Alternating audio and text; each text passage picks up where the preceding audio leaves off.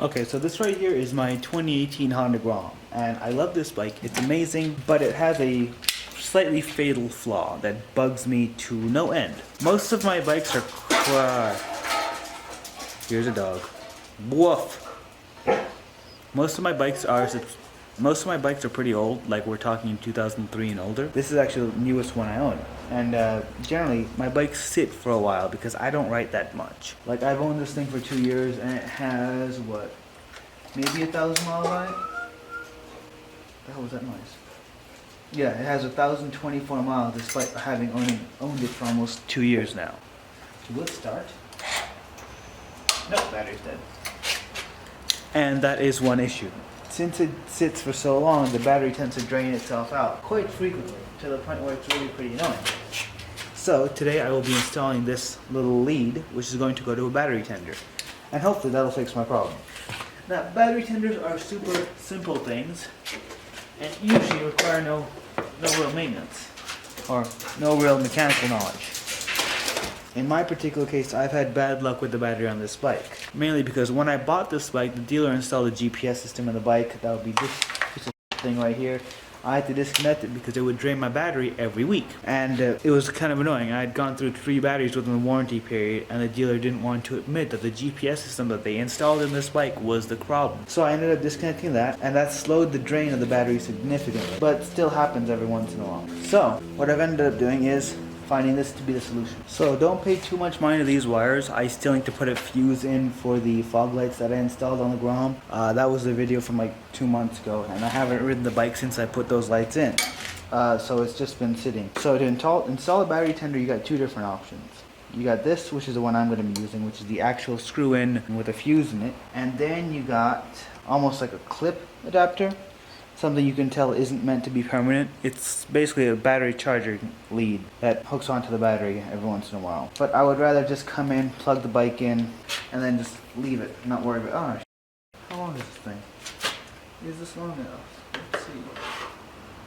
I gotta find a way to like mount it out. Okay, I'll just stick it out through here.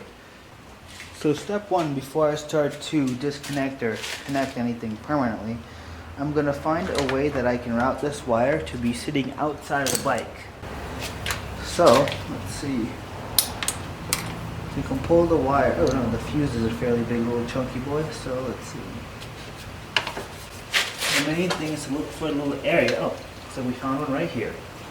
I can have it sitting right at the bottom, right down here. And route the wires up through here, just like so. So what it is the wire is going to be right down here. Pull it up quite a bit more. Maybe zip tie it down here. So the wire is going to be located right over here, right behind the shock. I'm probably going to zip tie it over here to some little line or something. This way it's fairly hidden. Right back here. There it is. And the wires are going to be routed up to here. This way I can just pull the bike into the garage, take the little cover off and plug it in, and start the bike up right next time. Don't have to worry about the computer dying from low voltage or anything like that. So, next step is to unbolt the battery.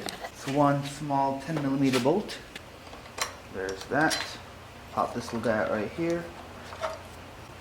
This battery is smaller than most mopeds. It's kind of amazing. So now we hook up the positive one over here.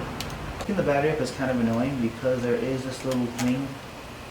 It's like fake nut or mini nut or whatever it is that you gotta screw it into, and that is fairly difficult sometimes. So you have to like tilt the battery around, whatever, and you can see the little nut thing going in slowly. You can technically do this with the battery still are hooked up and stuff into the bike, but it's much harder. And now for the negative lead. So here you can see the positive lead is hooked up right here. This is the fog light wire. Now these are the wires for the GPS module, which are tied in here. And we pull this one out for the negative connection, and then I can just plug the tender in and have a full battery every time I need to ride, which is something I would much rather have. Now I have had issues where my computers in both my 1990 Honda Accord CB7 that I'm turning into a track car have died, and the computer for my CBR 600RR also is dead. I know what you're thinking. Gee, having 2 computers fail on 2 separate Hondas is pretty rare, you're probably doing something wrong. And I think I am. The fact is, both of those vehicles sat for about 10 years with batteries slowly draining out in them. I think that's what caused the issue. So I'm hoping to avoid that by keeping this battery tended up and fully charged.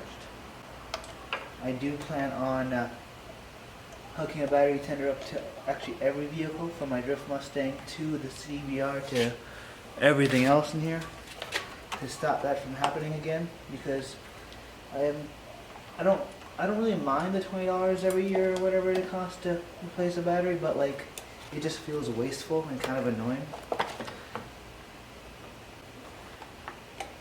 And from what I've seen, if you don't have the correct voltage on the headlight of this bike, it will cause damage to that as well.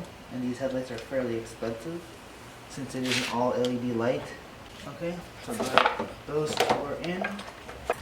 If I take this GPS unit that was included by a dealer out, it would be substantially cleaner in here. But like, I think technically I told my insurance company that I have one, and the LED off-road lights still work, so that's good. I'm gonna zip tie this plug in here in a bit, but let's hook up the tender. Well, I gotta move the bike first.